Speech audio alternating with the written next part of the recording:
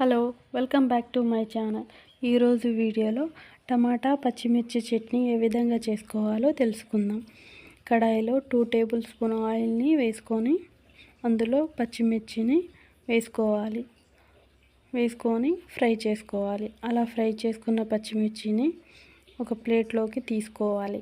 అదే ఆయిల్లో టమాటీలను కట్ చేసుకొని వేసుకొని తర్వాత కరివేపాకు అందులోనే కొత్తిమీర వేసుకొని కలుపుకోవాలి. కలుపుకున్న తర్వాత తగినంత సాల్ట్ వేసుకొని దానిపైన మూత వేసి 10 మినిట్స్ వరకు మగ్గనివ్వాలి. అలా మగ్గిపోయిన టమాటీలు చల్లార్చుకొని ఫ్రై చేసుకున్న పచ్చిమిర్చి టమాటాలను మిక్సీ జార్లో వేసుకొని గ్రైండ్ చేసుకోవాలి. ఈ చట్నీ పునుగుల్లో అయినా అన్నంలో అయినా బాగుంటుంది. నా వీడియో నచ్చితే లైక్ చేసి షేర్ చేసి సబ్స్క్రైబ్ చేసుకోండి.